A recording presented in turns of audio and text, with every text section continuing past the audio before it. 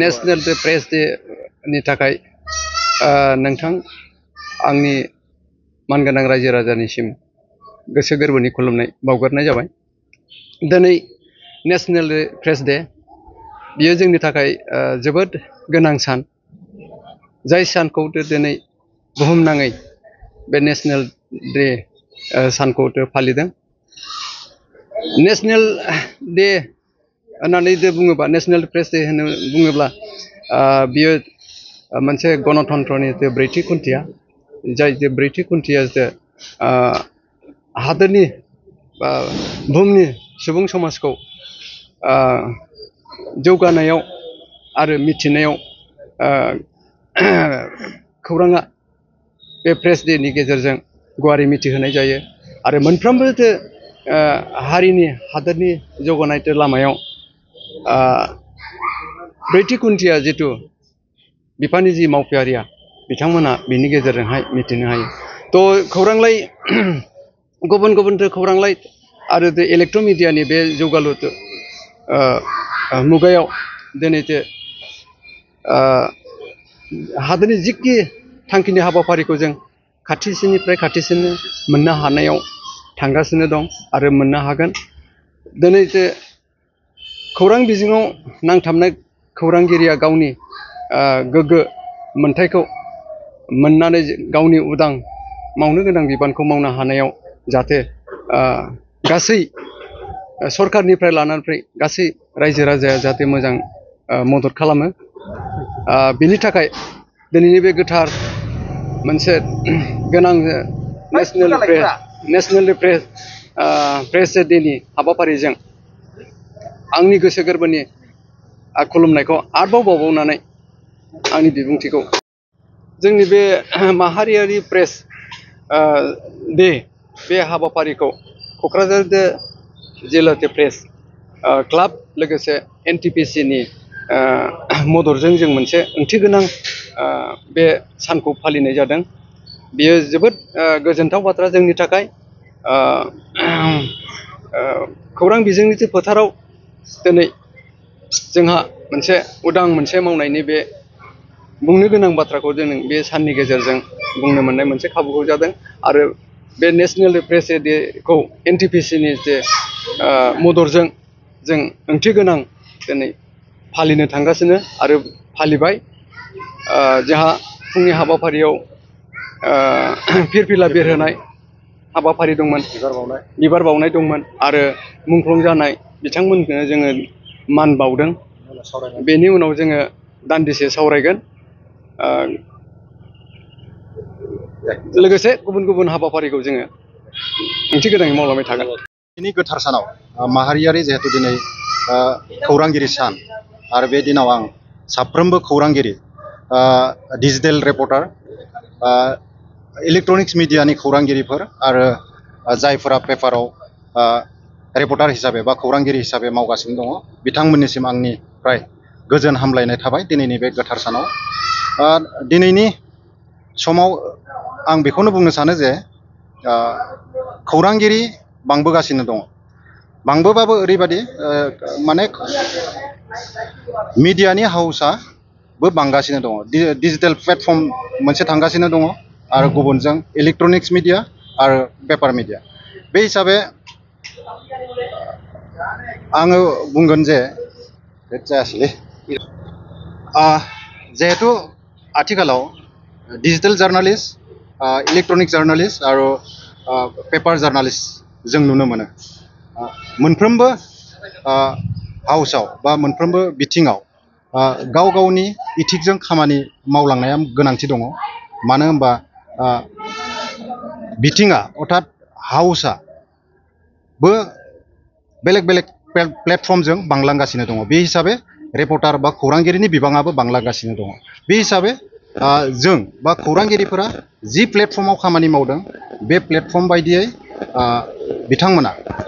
गावनि एथिक्सखौ लानानै खामानि मावनाया मोजां होननानै आं सानो। दिनैनि दिनाव गभर्नमेन्टआ दिनैसिम बे प्लेटफर्मनि कुनु एथिक्स जोंनो दानानै होआखै। आनखि मेइन स्ट्रिमाव जिहेतु पेपार मिडिया बा इलेक्ट्रनिक्स मिडियानि अनगायै डिजिटेल मिडियाखौ दिनैसिम सरकारा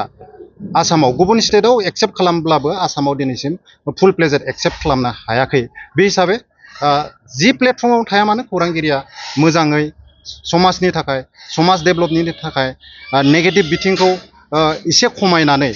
डेभेलपमेन्टनि थाखाय समाजनि थाखाय खामानि मावनाया गोनांथि दङ होननानै आं दिनै बुंनो सानो मोनसे कुइसन नोंथांनिफ्राय मिथिनो लुबैदों जे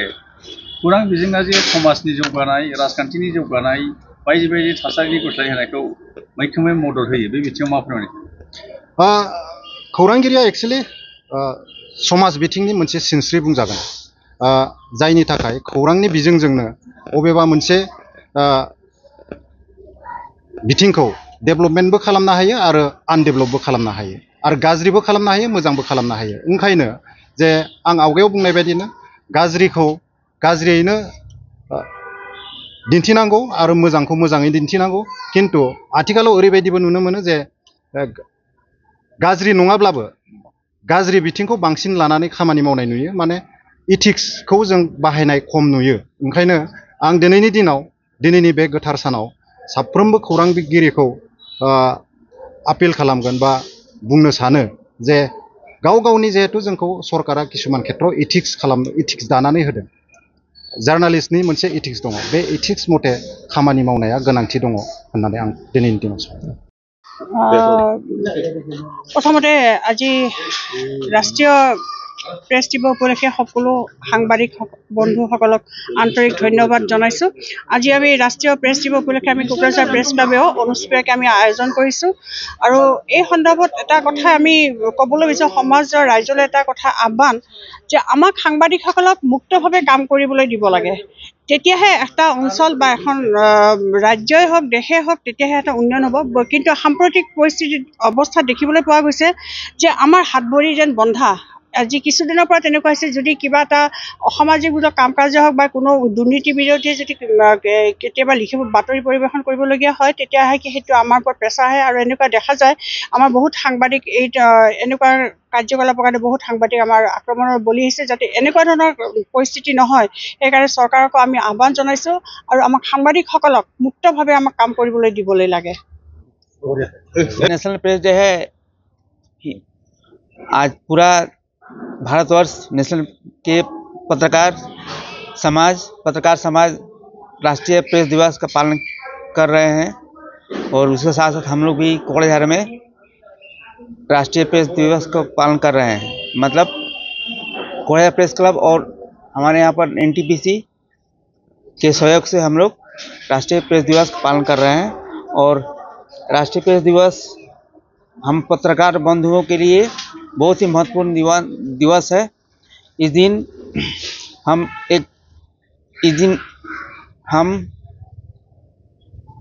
सब मिलके एक समाज सेवा का संकल्प लेते हैं कि समाज में जो भी विसंगति हो रहा है उसको ठीक करने के लिए अपने पत्रकारिता के माध्यम से हम लोग प्रयास करते हैं हमारा काम है कि समाज के में जो भी गड़बड़ी हो रहा है उसको अपने पत्रकारिता के माध्यम से जनता तक पहुंचाएं पत्रकार जनता का आवाज होता है नोंथांमोना गोब्राब नाजासेयावबो जेरावबो जाफुंसारनो हायाखै नामा जानांदों नामा गुबुन गुबुन रोखोमनि जेंनाजों मोगा-मोगि जुदि जेरावबो जाफुंसाराखैब्ला आरो बायदि जेंनाजों मोगा-मोगि जानांदों अब्ला बेफोरनिफ्राय जेंना बोस्रांनायनि राहाखौ लादो मायांनिफ्राय सोलोंथाइ लानाय मुंदांखा तान्त्रिक आरबाज कबिराजआ नोंथांमोननि बेफोर जेंनाखौ बोस्रांनानै होगोन बयनिबो गेजेराव सोमजिबाय थाग्रा जेंनाफोर जेरै सोलोंथाइ लानायाव सोमजिनाय जेंना हास्थायब्लाबो साख्रि मोनैनि जेंना फालांगियाव जेंना सोमजिनाय हा हुनि जेंना बिसि फिसायनि गेजेराव दावराव दावसि जानाय मोजां मोनलायनायाव हेंथा सोमजिनाय जेंना जुलि जानायनि उनाव गथ' मोनैनि जेंना फेग्रा एबा निसा मुवा लानायखौ गारहोनायनि राहा सुथुरनि गाज्रि नोजोरखौ दानगारनाय जुलि जाखांनायनि उनाव गुबुनजों मोजां मोनलायनायनि सोमोन्दो लाखिनाय राजखान्थि बिथिङाव जेंना बायदि बायदि जेंनाफोरखौ गैया खालामनायजों लोगोसे गोसो बोनो हानाय गोहोनि ताबिज एबा राजमुहिनि ताबिजखौ मुंदांखा आरबाज कबिराजनिफ्राय मोननो हागोन अब्ला मानोथो गोबाव खालामनो नोंथांनि जेंनाखौ गैया खालामनो थाखाय 7908887945 मबाइल नम्बराव फोनांजाब खालामदो आरो आरबाज कबिराजनिफ्राय सुबुरुन लादो।